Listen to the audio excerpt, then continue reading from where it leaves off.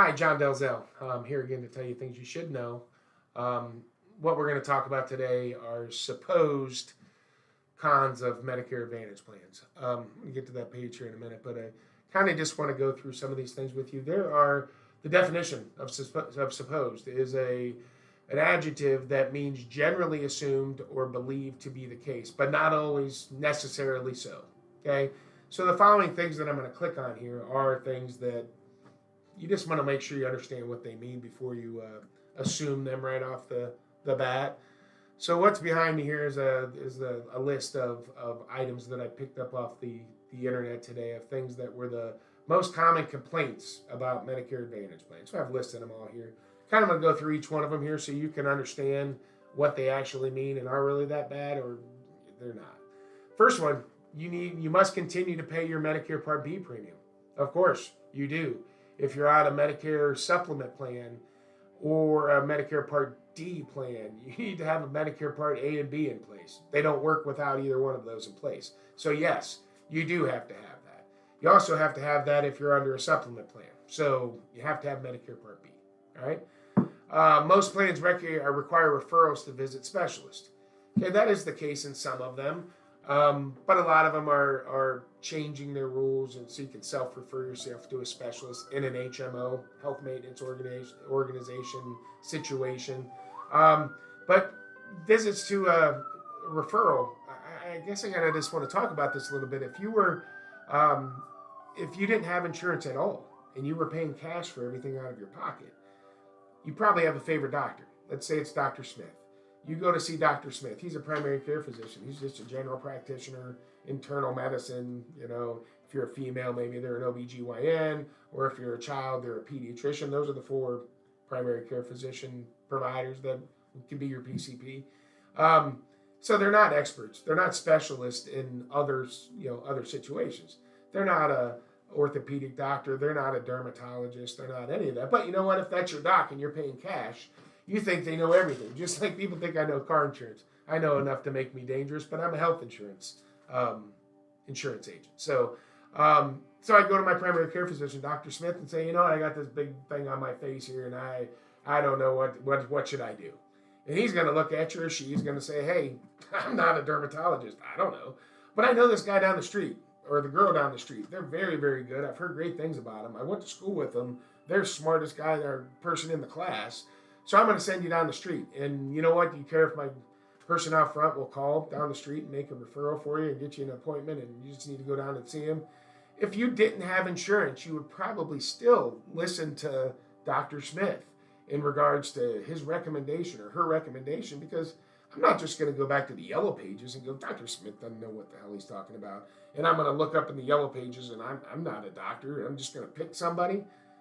That's not what you're going to do if you don't have insurance and you're paying cash.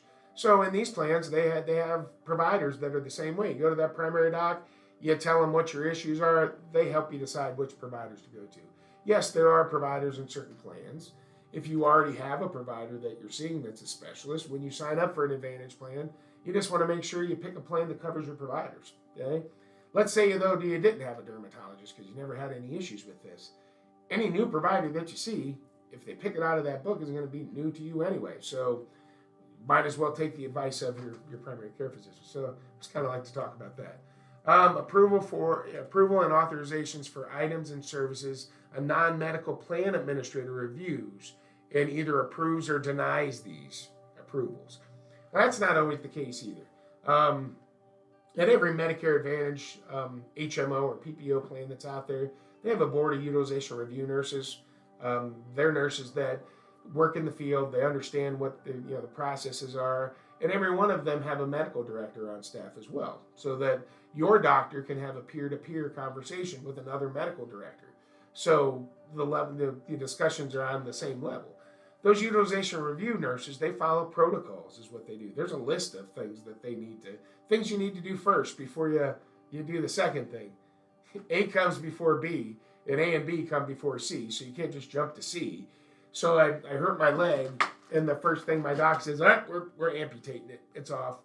And the nurses or the doctor at the insurance plan are going, hold on, did you send them to physical therapy? Did we try to do this? Did we try to do this? There are other different options that should come before you amputate my leg. There's other things. So what happens a lot when you're talking to an insurance company, they're making sure those utilization review nurses that, hey, did you do all the steps prior to that?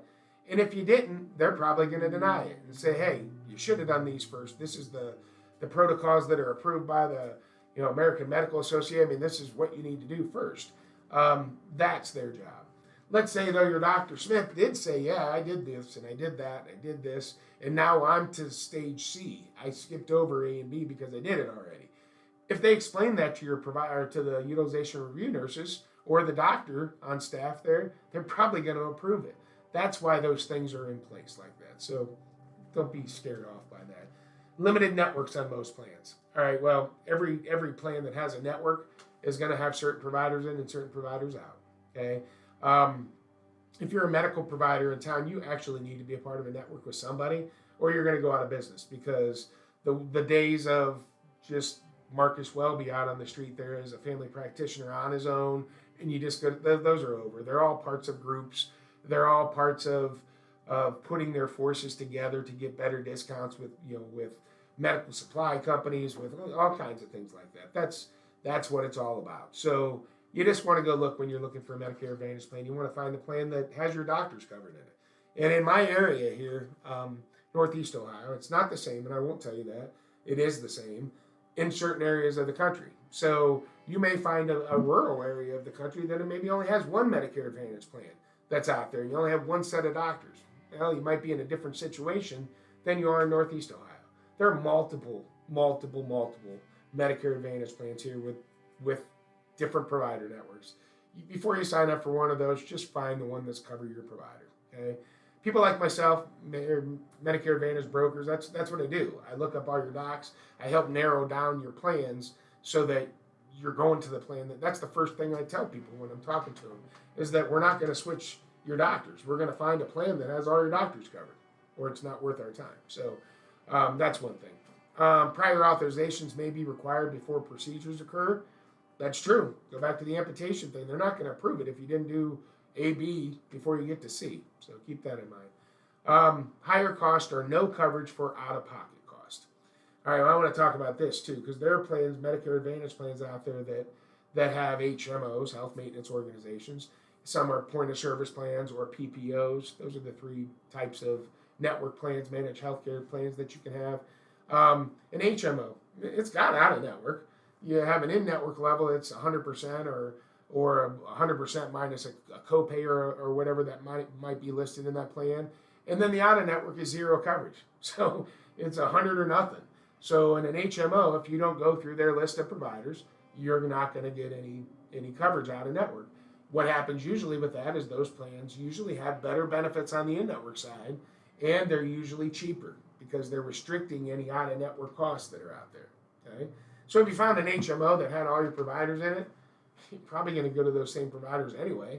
And if you're going to see a new provider, like my example earlier about a dermatologist, and you've never been to a dermatologist before, who cares where they're sending you to? You didn't know the provider in the first place, so pick one out of their plan.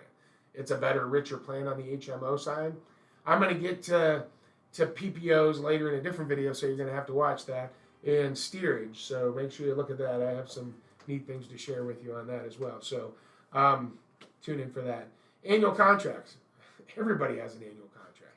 If you're in the Affordable Care Act world, which I do Medicare, I do Affordable Care Act, I do group commercial health insurance, do all that. They all have annual contracts.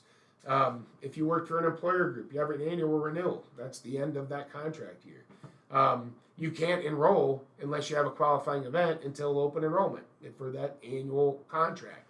Same thing with Medicare Advantage plans. Same thing with Affordable Care Act plans, people 64 and below. You have a certain time of the year that you can enroll, and they're always for a year. So that's not a big deal either. So hopefully those helped you a little bit today. And take a look back at those. If you ever have any questions, just watch for more videos. All right, thanks, bye.